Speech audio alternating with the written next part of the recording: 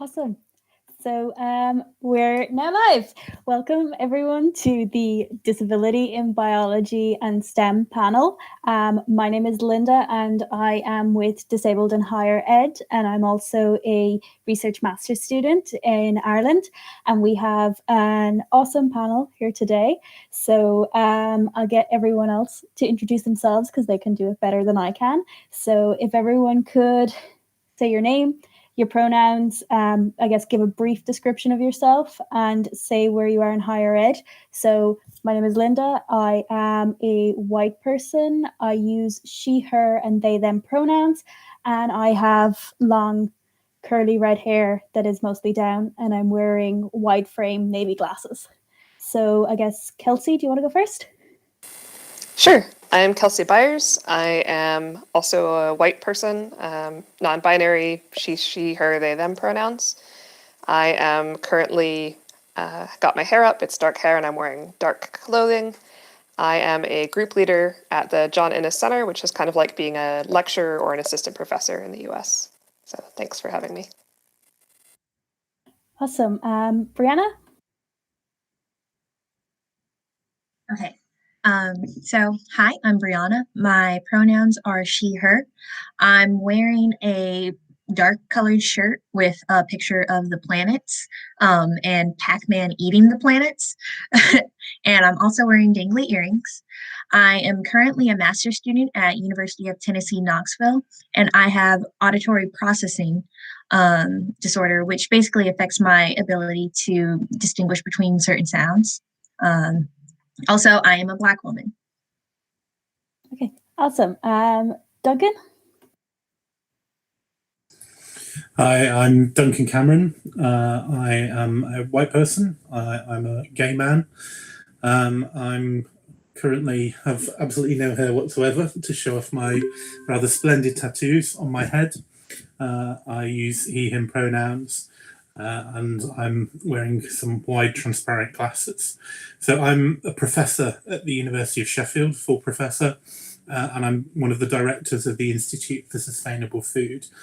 So I'm an environmental microbiologist by trade, and I'm also a disabled person. I am physically disabled. I suffer from a neurological condition that leads to chronic pain and mobility problems. Next is Hayley.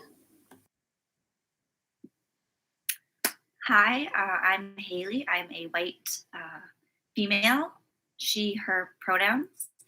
I have dark curly brown hair and a golden orangish ball-like scarf wrapped around my neck. I am a PhD student at the University of British Columbia in botany. And I am joining you today from the traditional, ancestral, and unceded land of the Musqueam people. Great. And last is Olivia. Hi, I'm Olivia Bernard. I'm a white woman with long, dark, straight hair. I'm wearing a light-colored turtleneck shirt. My pronouns are she, her. I have an undergraduate degree from UMass Amherst in biology, but now I freelance in social media and science writing. Awesome. So we have a nice lot of different perspectives, and we have a nice people are from all different places, which is great that everyone could make it today. I know it's super early American Canada side, so thank you so much for coming. And we got so many different questions. So, we put a form out on social media, and the first question we are going to talk about before we get into sciencey stuff is actually on the models of disability. So we actually got a question on this. So I'm going to do a very brief, and I mean super brief, introduction on models of disability. So if you don't know, there are so many different definitions and models of disability. It is a discipline in itself. So obviously none of us are disability scholars, but we did get a question about how to get your lab mates and peers to understand you through the social model of disability rather than the medical. So my interpretation of the difference between these two models, which may be different from the panelists, is that the medical model is what is mostly used, and it sees the disability as a limitation or a problem for the disabled person, whereas the social model sees the disability as the problem with society. It has not been made accessible. And I guess, do any of our panelists have an opinion on this? How you would change people's views? I know that's a loaded question. It's a difficult one, isn't it? But and I think it's a really good question, because it's, as a disabled person, it's quite hard to yourself to move away from the medical model, because that's what you've got, that's what you've been given. You know, when I suddenly started not being able to walk and had no clue of what was happening, it's the medical model that is used. But I think, you know, one of the things that I've done is, I've had the support to do this, is to have really frank conversations, and to not let that kind of medical driven view go unchallenged when it's inappropriate. It's actually one of my closest friends who's also an academic. She really helped me reframe it by saying, you know, if you think about your disability in terms of the medical model, it's a limitation. If you think about it in the social model, then it's a superpower. And she said, as a gay disabled academic, you sat outside of the norms within science, which is so heteronormative, white, able-bodied, male-dominated. And because I'm not many of those things, I've sat outside and looked in. And my friend Ellie said, you know, that is your superpower, because you've seen things that lots of people didn't see, things that were patently obvious to you, and that drove your career and allowed you to answer questions that you wouldn't have seen and been able to address if you weren't disabled and gay. So I think by having those open conversations and sharing those kind of experiences, people step back and go, oh, actually, not poor Dunk because his legs don't work properly. Oh, wow, you know, that is a perspective that I've not had, and that's really important and could catalyse some really important discoveries. Yeah, I think that's really awesome. And I think there are many disabled people, especially, and also LGBTQ plus people who've come up with massive discoveries and just things that people have never seen in their different disciplines, just because the heteronormative vision doesn't allow them to see it. Does anyone else have anything they want to say on this question? Sure, Kelsey here. One thing I noticed is that people became much more aware when they started seeing me using a wheelchair, because they see me struggle every day with opening a door and they're like, wow, that door is really hard to open. We should fix the door, as opposed to we should fix you. I think when I was invisibly disabled in the past, it was a lot harder for people to see that it wasn't a fault with me. So the medical model is sometimes also called the deficit model, because the idea is it's a deficiency within you rather than a deficiency within the world. I personally find the social model is a little tricky, because part of my disabilities come with fatigue, and fatigue is something that happens even if society can accommodate me as best as possible. But I do prefer the social model to the medical model by quite a lot. Absolutely. I think there isn't any one model out there that can properly define disability. We're just doing our best. Hayley, did you have something to say? Yeah, I was just gonna say that something that, you know, one of my friends told me once, and it really changed my own perspective of my own disability, is that the opposite of disabled is enabled, not abled, right? And so the idea that other people are enabled to do certain things out in our general society, whereas disabled people are put at a disadvantage, but they can be enabled if there are certain things set in place for them. And so it's just this idea of, you know, it is the social model of, if we can accommodate, then we are enabling that population, us, to do the same as any other enabled person. And that's the only difference, really, is that N part.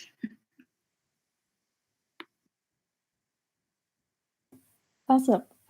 That's a really, really nice perspective for your friend to share, and it's really awesome.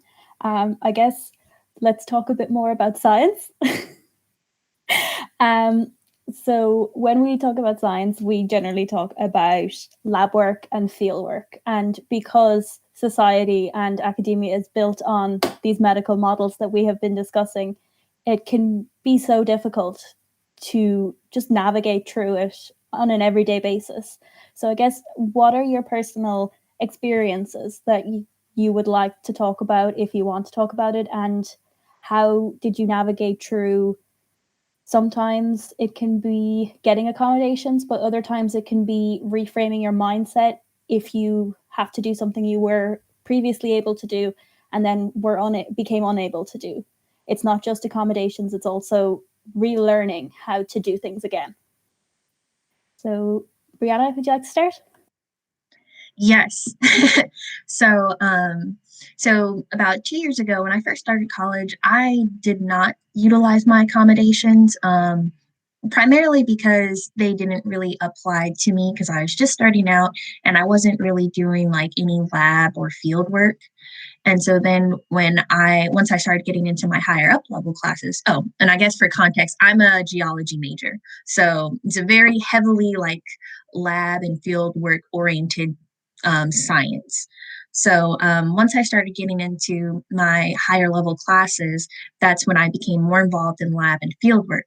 And that's when I had to actually seek out accommodations. And it's hard, I would say that it's much easier to get accommodations for lab than for field, because whereas like for the lab, like it's almost like they apply like those accommodations similar to a classroom, whereas field work, it's kind of like sink or swim.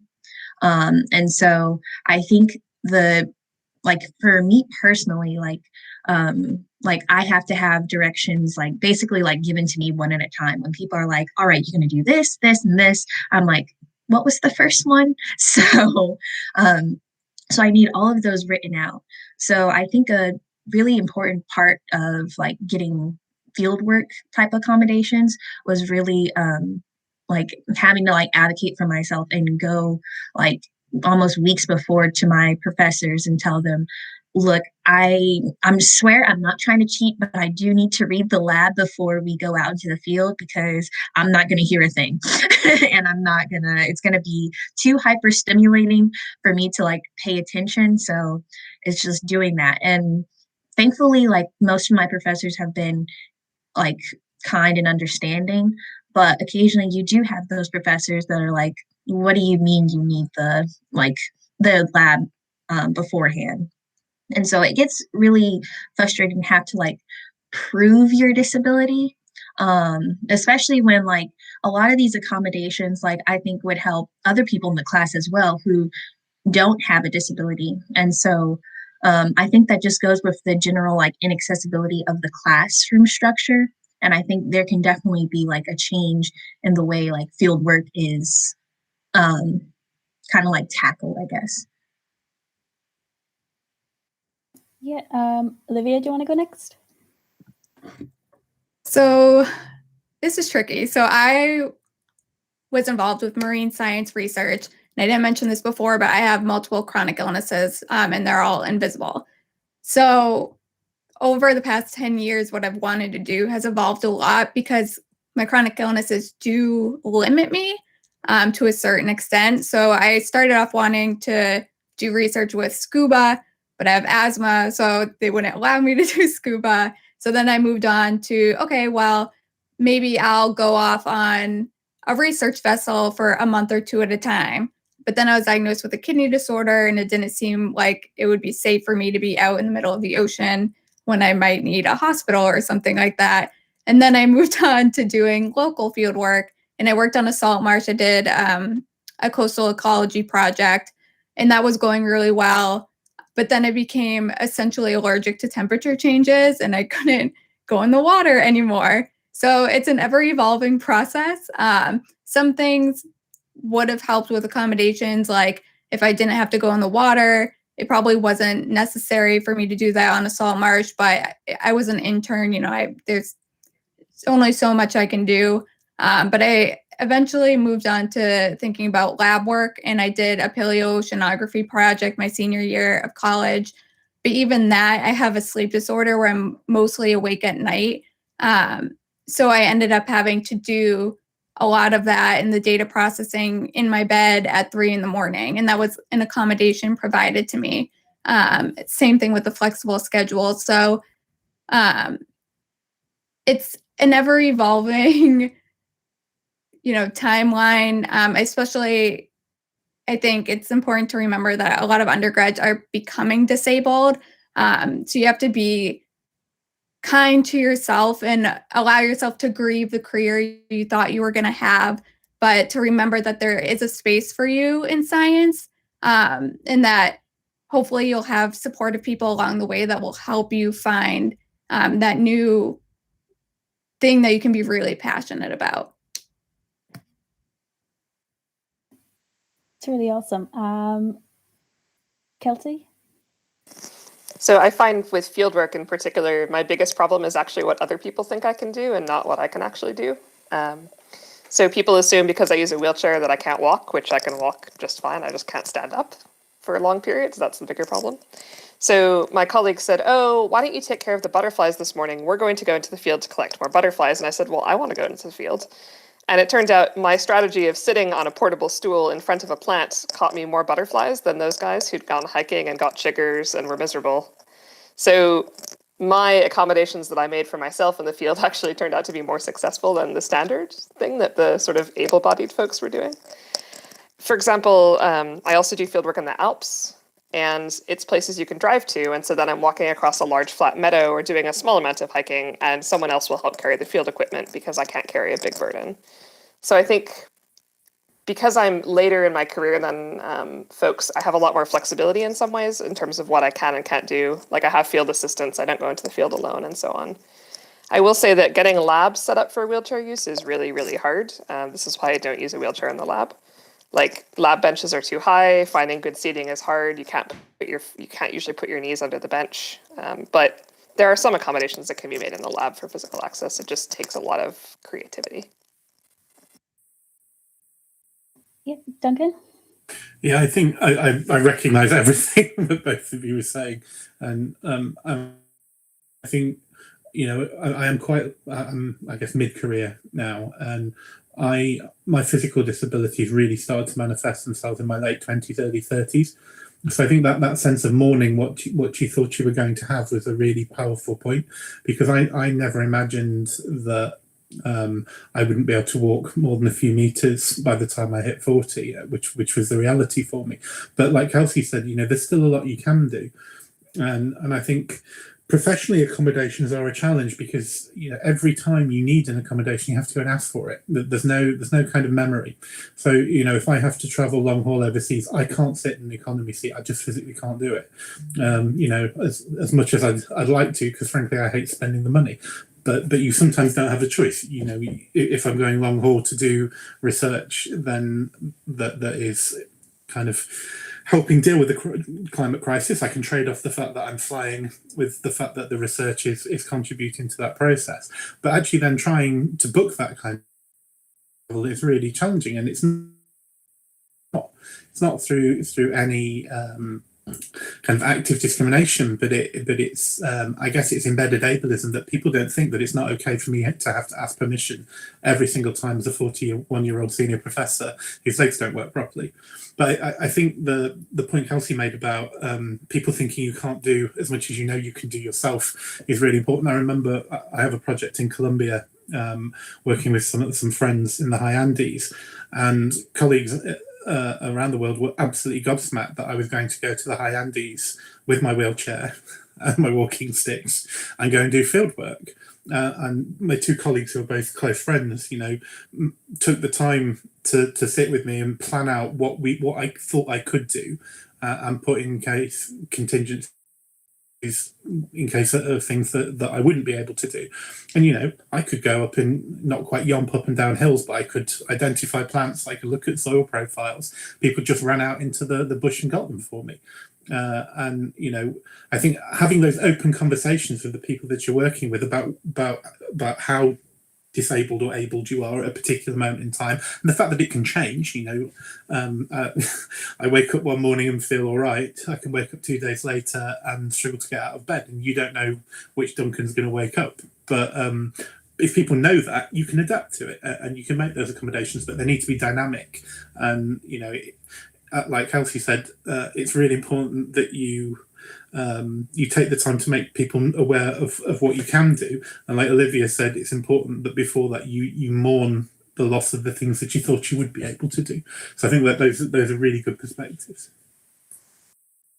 Yeah, I think you hit on a really important point there, in that disability is dynamic. It changes over time, and with especially lab work and field work, it's a bit of trial and error with your accommodations. You do have to find what works for you, and just because it worked this year doesn't mean it's going to work again next year.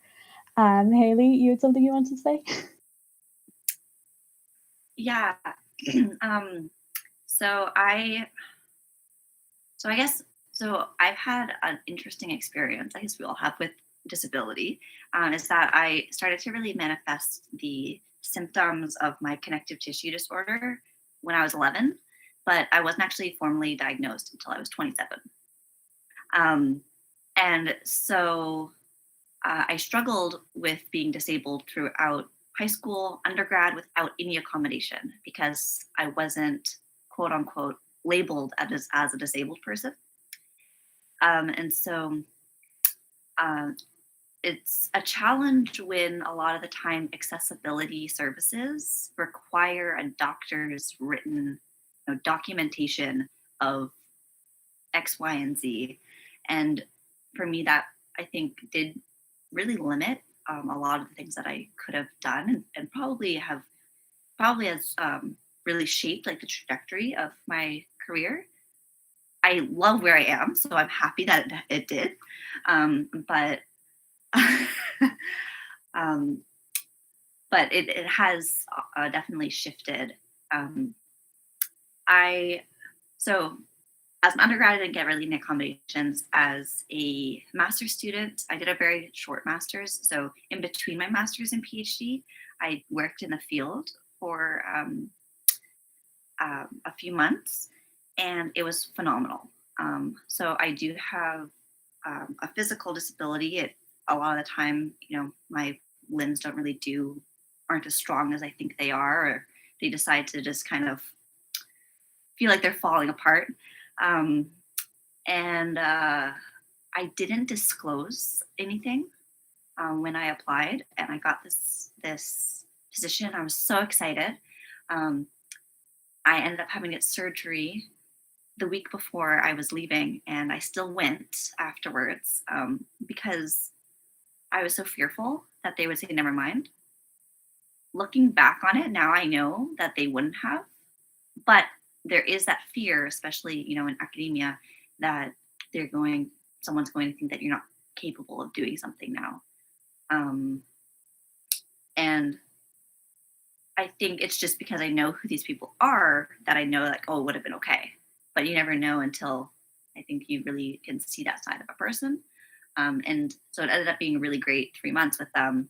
I didn't carry heavy things, like Kelsey was mentioning, in the field. And something that was really important for me is, so there's all kinds of different field work. There's the kind where you might be, backcountry, pitching a tent. That I can't do. That's just not going to be possible. But there's, I can still go out pretty much every day for 3 months if I have a house, like somewhere that I can go to at night. There's a bed, there's a bath. I can ice, there are ice packs readily available for me to ice my body when I get home. And the option of taking a rest day, right? Whereas if you're backcountry camping and you want to take a rest day, you still are just on the ground in your tent. And it's not very restful. So that was a huge thing for me to realize. And I thought going to my PhD, I would be able to do field work, and I didn't realize that that was so important to me. So now, looking forward to postdocs and stuff, I know I want to do field work. I love it. I need a house. I need somewhere to actually sleep, because that wasn't really possible in my current situation with my PI. We just didn't have the funds for it. But yeah, it's just something to keep in mind. That's absolutely, I think that's very important to know what you need and try your best to always get it, but especially when you have something where you're like, I absolutely need this and cannot survive without it, you need to put your foot down and be like, this is not an option, this is the necessity. So I guess I didn't really mention my disabilities. I have several disabilities, they're all invisible ones.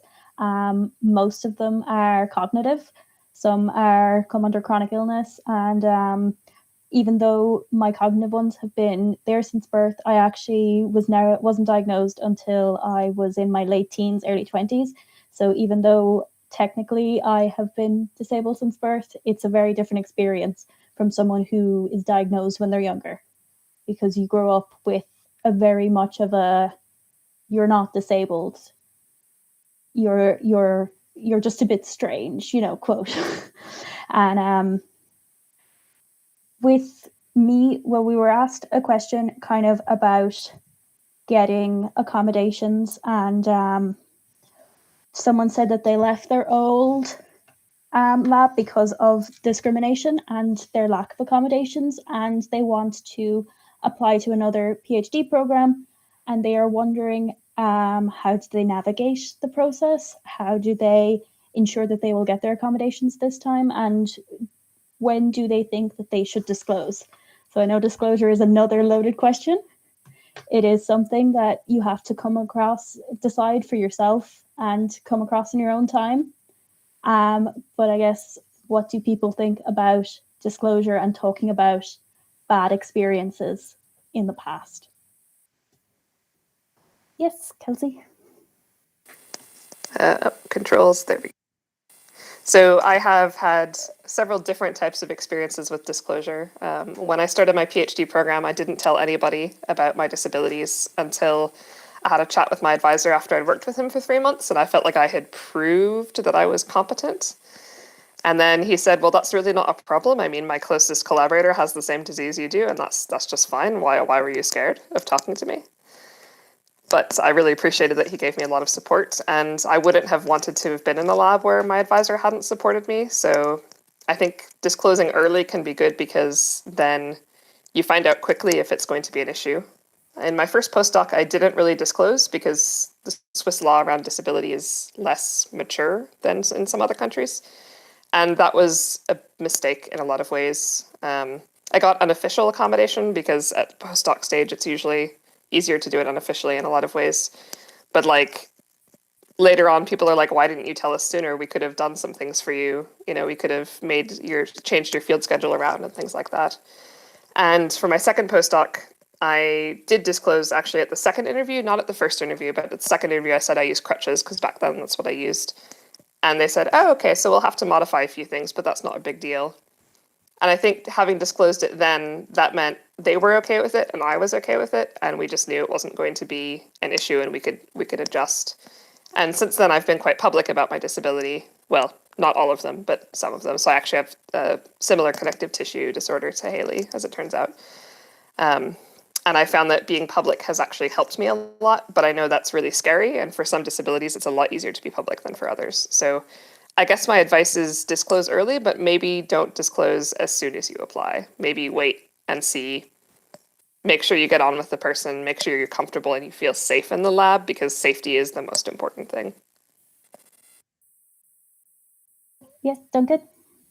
I really would echo that. I've had very similar experiences, and I think I regret not disclosing sooner, because I put myself through a lot of physical pain and mental anguish of trying to do stuff that I used to be able to do, even though I knew that I have a degenerative disease, therefore there would come a point where I couldn't do it. I think I struggled to be honest with myself about how bad it had got, to the point where I ended up in a bit of a pickle halfway up a mountain on the west coast of Ireland, which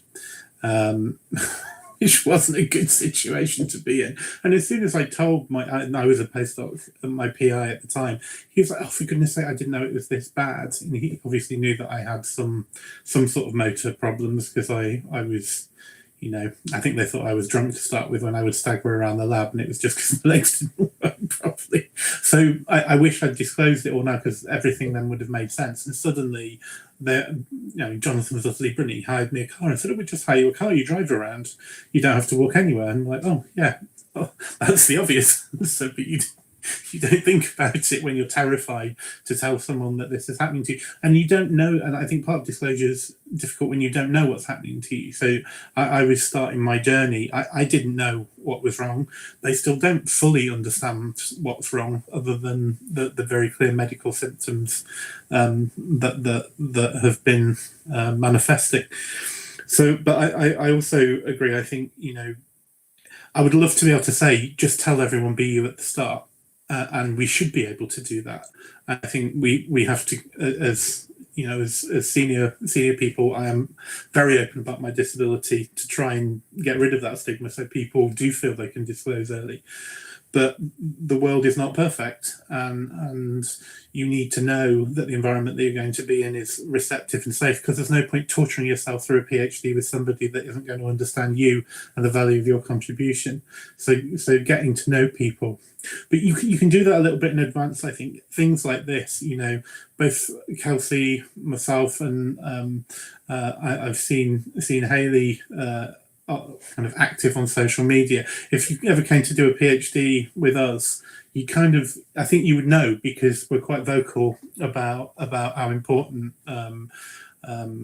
accommodations are, and how kind of a diversity of people is critical to a successful lab. We live and breathe that.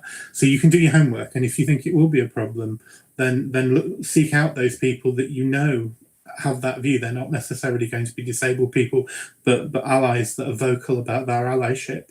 I think I get a lot of students that do come to me and either ask advice or want to do PhDs with me because of that allyship. And sometimes it's appropriate, sometimes it isn't.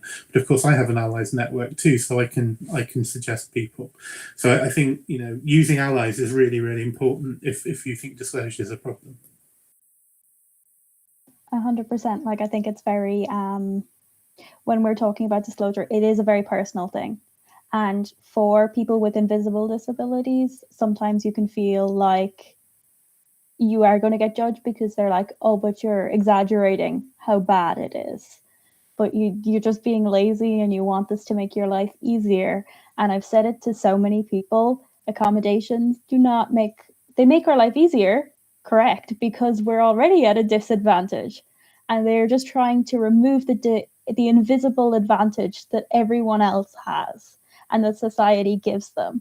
And I think actually for some people, COVID has been great for universities, because some of them that I've talked to, they've got a massive drop about the amount of staff that they already have that had invisible disabilities they didn't know about. Because suddenly everyone's like, "I can't come to work. I need to work from home."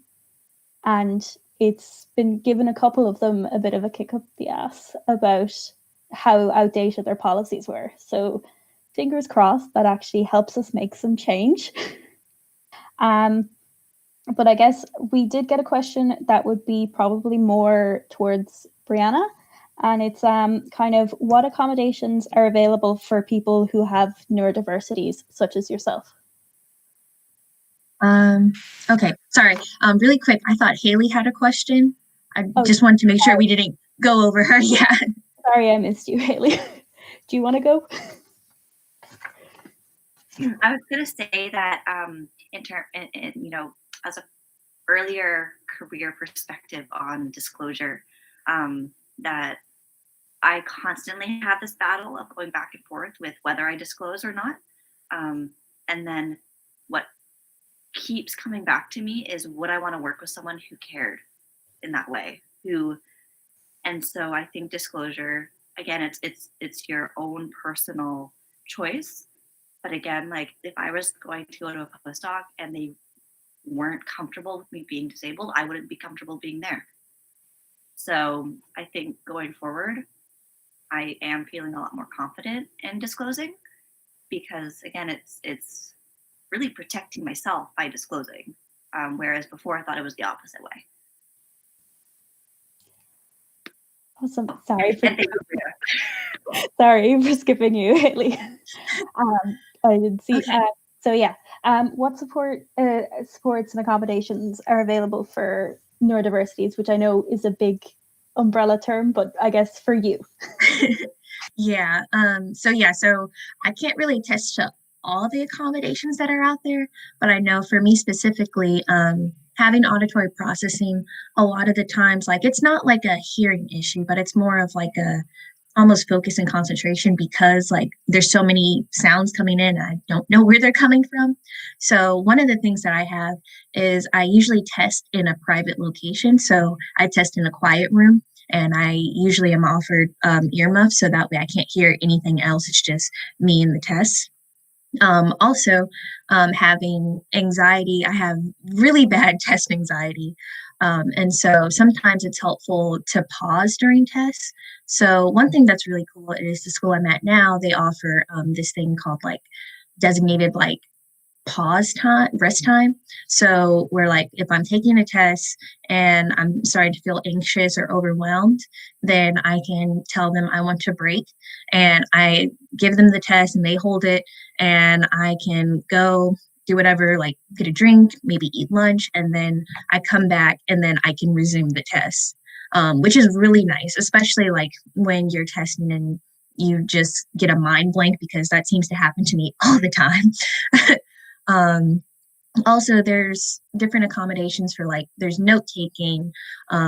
There's also like, I think some schools, they do have like interpreters for certain classes. I'm not entirely sure about that because I didn't need those accommodations, but you have to like it's like the crappy part about it is you have to like search these things out, which I mean, it's just inevitable. You'll have to like advocate for yourself, and you'll have to like be your biggest advocate.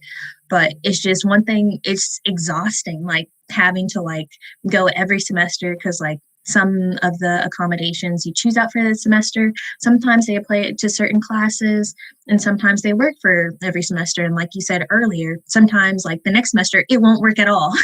So it's this constant like evolving to like see like what works best for you. And I think that's like, for a while, I would get like really frustrated with myself and like internalize that. But I think I'm growing more to terms with like, like this is just like, it's a dynamic thing, and hopefully one day it will change, especially like with COVID and everything. Like, I think a lot of people have had to accommodate everyone. And I personally found like Zoom University a blessing, because I was like, finally, there's captions for a classroom. This is awesome. So there's a plethora of different accommodations that suit to those neurodiverse individuals, like not just including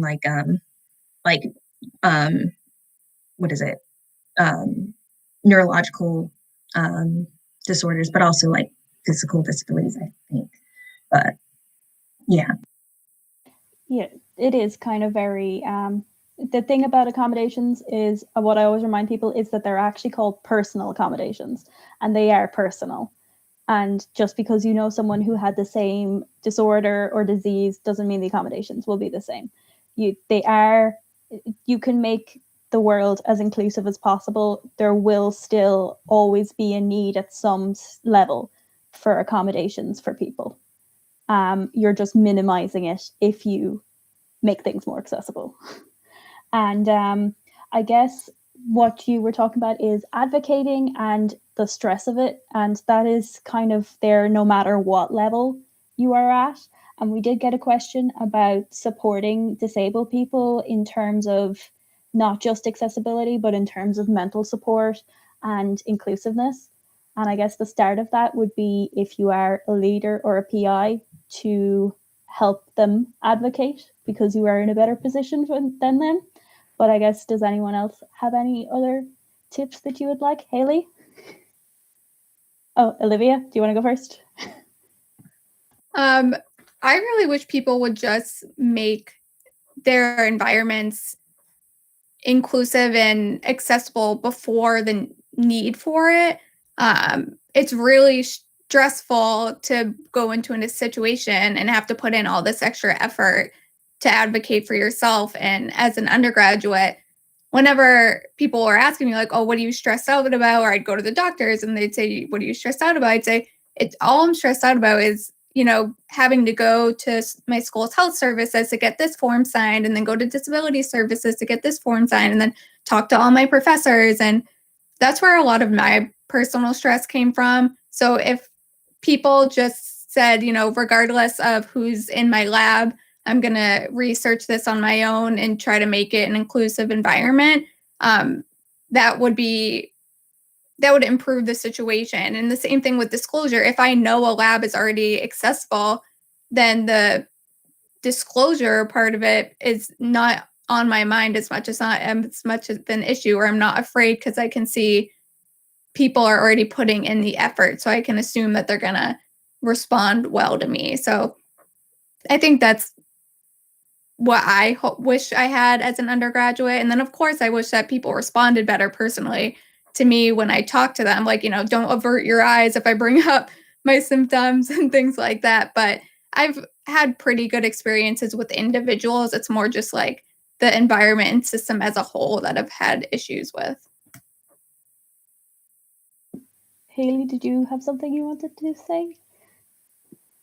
I was going to say something very similar to Olivia, just that, you know, PIs being already there to be accessible, and also just knowing what is available. And so you can even on your website have a blurb about, this is what I know, like these are the things that are available on that I know about on campus, and not necessarily just disability talk. Like, I think it would be great if PIs had information about, okay, so here are different diversity groups, different resources you can access, and different clubs or communities that are available. And so just like diverse people can come and be like, oh, okay, so this university and this PI seem like a good fit. Absolutely. Kelsey? I have to say the culture of the place makes a huge difference. So at my previous institution, I said I was disabled. They're like, cool, we'll send you to occupational health. Occupational health is like, cool, we should do these things. And then facilities was like, hey, so what do you need from us? And I was like, well, I mean, this door is really heavy. And they're like, cool, we'll fix the door. Well, the door was still really heavy. And there was just never any interest in making things better. Whereas at my current place, it sounds kind of administratively annoying, but they wrote like this detailed 10-page risk assessment about like, hey, risks are risks to your independence, right? So like, we need to constantly evaluate this. They sent me WhatsApp videos before I joined about like, here's how to navigate around your lab space. We've assigned you a ground floor office because that way you don't have to worry about the stairs. You know, we'd like to go around with you on a tour and watch you open these doors and get a sense from us about like, what can we do to make these doors better, rather than being like relying on me having to report every single little problem. And now every time in my current workplace that I report a problem, the answer is, oh, cool. So now that we know that, we'll get on it and we'll fix it. And I don't have to constantly be like, guys, the door is still really heavy. I still can't open the door. It's, here's the status. We're going to update you constantly. So the workplace culture makes a huge, huge, huge difference to me. Absolutely. And I think we're pretty much out of time, but I know we did get a question about recruiting people with disabilities. So I think that kind of covers what we just said as well, in that, especially what Kelsey said, it's not just about recruiting, but also retaining. It doesn't matter if you put a push on recruiting people with disabilities, if you've no accommodations for them, if you don't want to make these changes. You're just kind of doing lip service and saying, oh, look how great we are. And then they're going to leave because you're not doing anything for them. But yeah, no, I think we're out of time now. But thank you all so much for coming today and for giving all your insights. You've all been amazing. And thank you so much to the Biodiverse Festival for hosting us all. And bye. Bye.